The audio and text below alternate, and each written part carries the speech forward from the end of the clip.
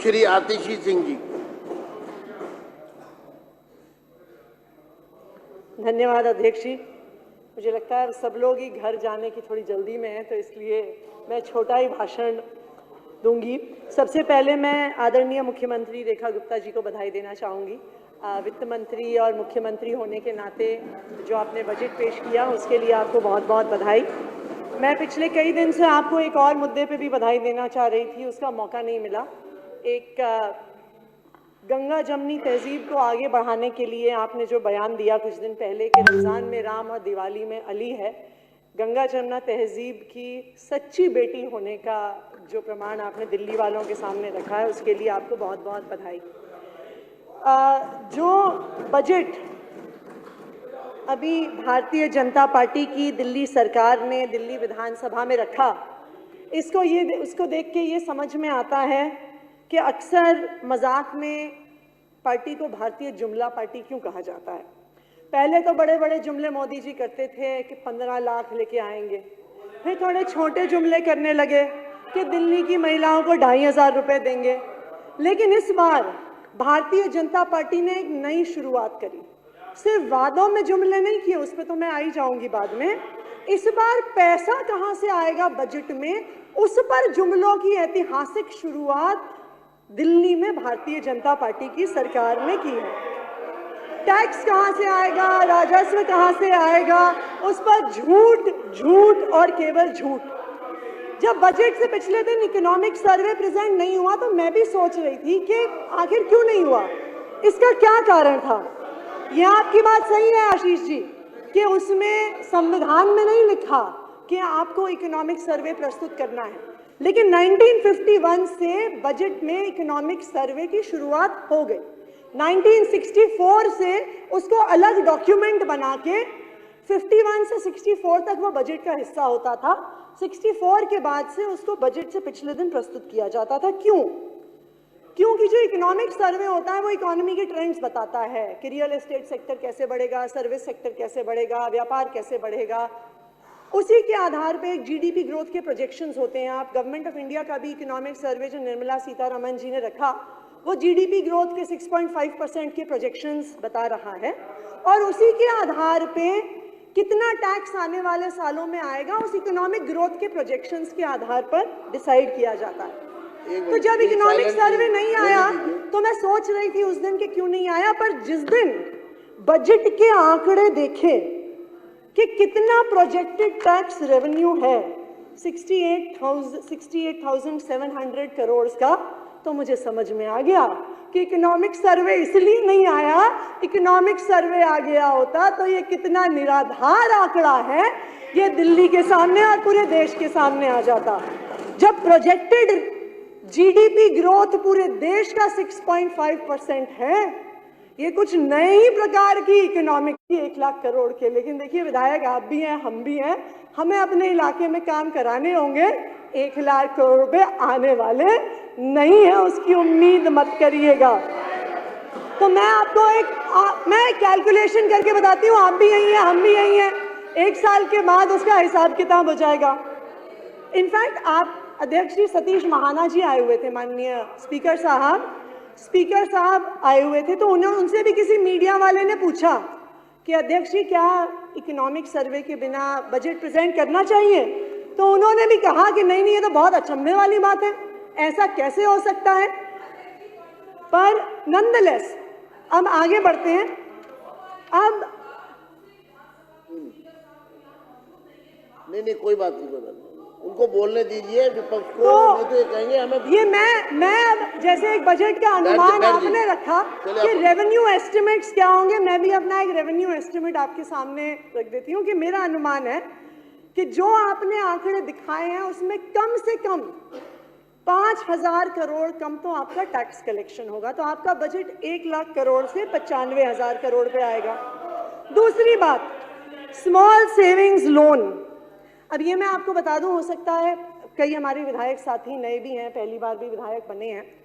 दिल्ली आपके बगल में वो पहली बार बने हैं ना, तो दिल्ली की अपनी सॉवरेन गारंटी नहीं होती है, तो दिल्ली लोन नहीं ले सकती है। जैसे बाकी सारे राज्य लोन लेते हैं, दिल्ली सिर्फ एक लोन ले सकती है नेशनल स्मॉल सेविंग फंड से।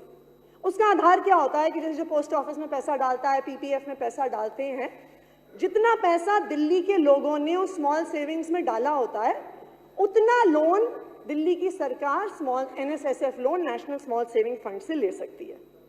अब आपने 50% या 100%, दोनों ही हो सकता है, तो आपने उसका आंकड़ा दिखाया है कि 15,000 करोड़ हम नेशनल स्मॉल सेविंग फंड से लेंगे। तो अगर आप कह रहे हैं कि 50% ले सकते हैं तो 30,000 करोड़ कम से कम नेशनल स्मॉल सेविंग फंड में होने चाहिए।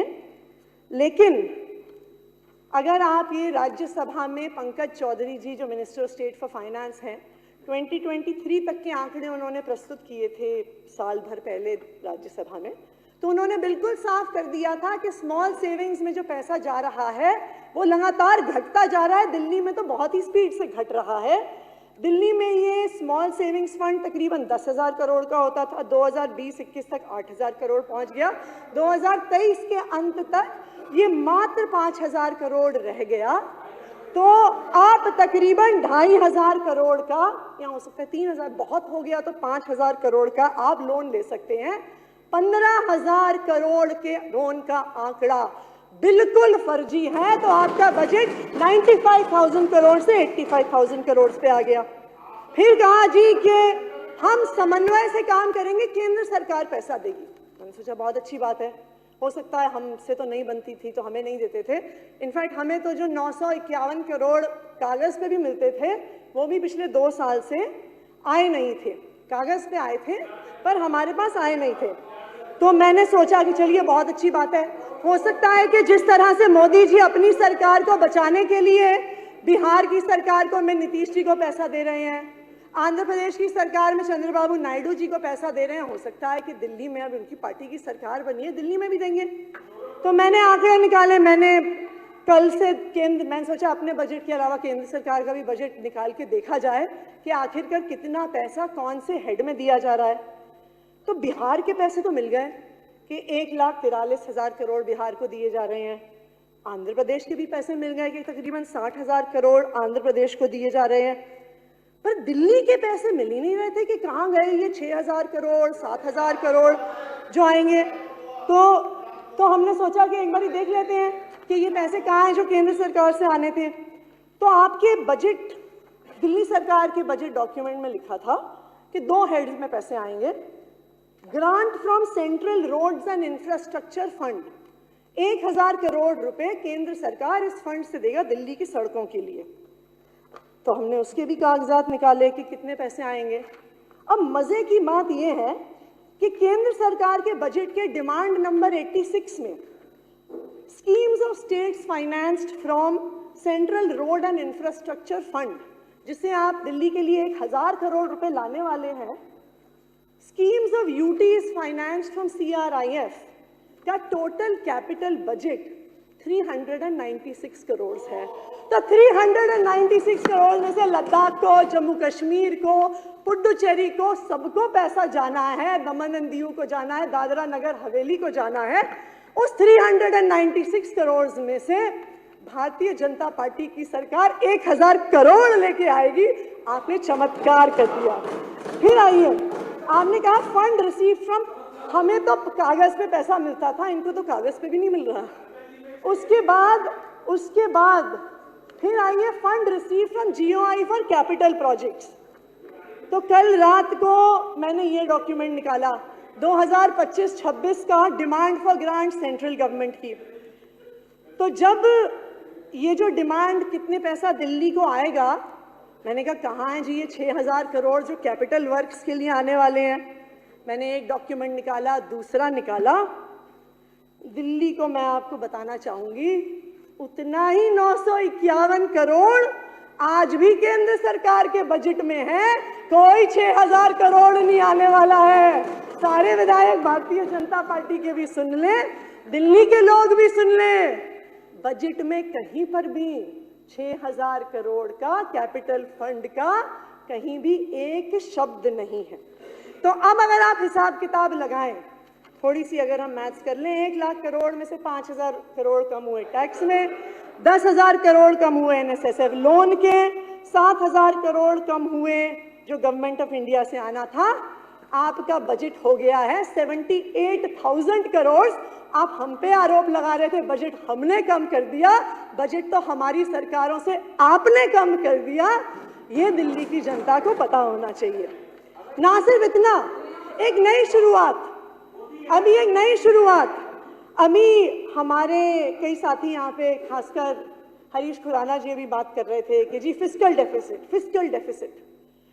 आपको ये जान के खुशी होगी कि उसमें भी एक नई शुरुआत आपकी सरकार ने करी है। आतिश जी एक सेकंड जी, सदन का समय आधा घंटा और बढ़ाने का प्रस्ताव है। बहुत धन्यवाद अध्यक्ष महोदय। बस दो या 3 मिनट में और लूंगी। तो बजट का actual size Bharatiya Janata party के विधायकों को भी पता होना चाहिए, दिल्ली वालों को भी पता होना चाहिए। 78,000 करोड़ है। 1 लाख करोड़ के गुब्बारे में से हवा निकाल लीजिए, वो आने वाले नहीं है। अब घाटे की बजट, फायदे की बजट, आप एक बार ये डॉक्यूमेंट निकाल, बजट एट अ ग्लांस। आपके ही डॉक्यूमेंट में लिखा हुआ है कि 25-26 में 13,702 करोड़ का फिस्कल डेफिसिट, दिल्ली के इतिहास में सबसे ज्यादा fiscal deficit Bharatiya Janata party की सरकार लाने की बात कर रही है।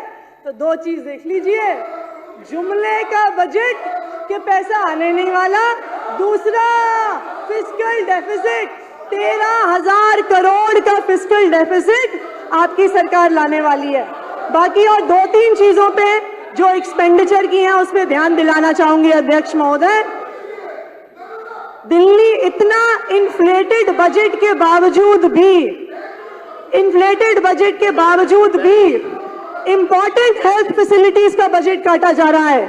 दिल्ली कैंसर इंस्टीट्यूट, चाचा नेहरू अस्पताल, मौलाना आजाद मेडिकल कॉलेज, आचार्य भिक्षु hospital, Lal Bahadur Shastri hospital, Guru Gobind Singh hospital का बजट 65 करोड़ रुपए से कम कर दिया गया। आचार्य भिक्षु तो आपकी विधानसभा में है। हेल्थ मिनिस्टर साहब कह रहे थे हम कैट्स एम्बुलेंसेस लेके आएंगे, जल्द से जल्द लेके आएंगे। उनको पता नहीं था कि मुख्यमंत्री महोदया ने उनकी कैट्स एम्बुलेंस का भी बजट 25 करोड़ से काट दिया है।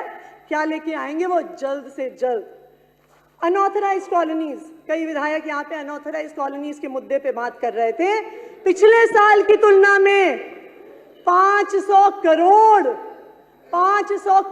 बजट कम हुआ है अनऑथराइज्ड कॉलोनीज में गलियां बनने के लिए, सीवर लाइन डलने के लिए, पानी की लाइनें डलने के लिए। स्पोर्ट्स पर्सन्स को मिलने वाले इंसेंटिव्स, जो हमारे स्कूल में पढ़ने वाले बच्चे जो स्पोर्ट्स में आगे बढ़ते हैं, जो मेडल्स लेके आते हैं वो आगे बढ़ते हैं, स्पोर्ट्स पर्सन्स की स्कीम्स को 30 करोड़ से कम कर दिया गया है। आप बात करते हैं अंत्योदय की, डिसेबिलिटी पेंशन, दिव्यांगजनों की पेंशन का जो आपने अलॉटमेंट रखा है वो पिछले साल से 35 करोड़ कम है। आंगनवाड़ी में मिलने वाला सप्लीमेंट्री न्यूट्रिशन जो महिलाएं अपने घर लेके आती हैं उसका आपने 100 करोड़ का बजट काट दिया है। ये किया है भारतीय जनता पार्टी ने। अंत्योदय की बात करते हैं, जो बच्चे बेघर होते हैं, बेसहारा होते हैं, जिनके लिए चिल्ड्रंस होम्स बनाए जाते हैं, जिनके लिए CWCs बनाई जाती हैं, उन होम्स का बजट, उन बेसहारा बच्चों का बजट आपने 100 करोड़ कम कर दिया है। अंत्योदय की बात करते हैं आप। भारतीय जनता पार्टी ने इस बार बजट में इतिहास रचा है, बिल्कुल रचा है। जुमलों की एक नई शुरुआत। इतिहास में इस देश के पहली बार ऐसा हुआ है कि पैसे कितने आएंगे उस पर झूठ बोला जा रहा है। ये तो झूठ 1 महीने में, 1 साल में पकड़ा जाना है, फिर भी बोला जा रहा है। 78,000 करोड़ के बजट को 1 लाख का बताया जा रहा है, घाटे का बजट लाया जा रहा है, और जो मूलभूत सुविधाएं दिल्ली वालों को शिक्षा की, स्वास्थ्य की, चिल्ड्रंस होम्स की, आंगनवाड़ी में खाने की मिल रही थी, उनका खात्मा किया जा रहा है। यह है भारतीय जनता पार्टी का बजट।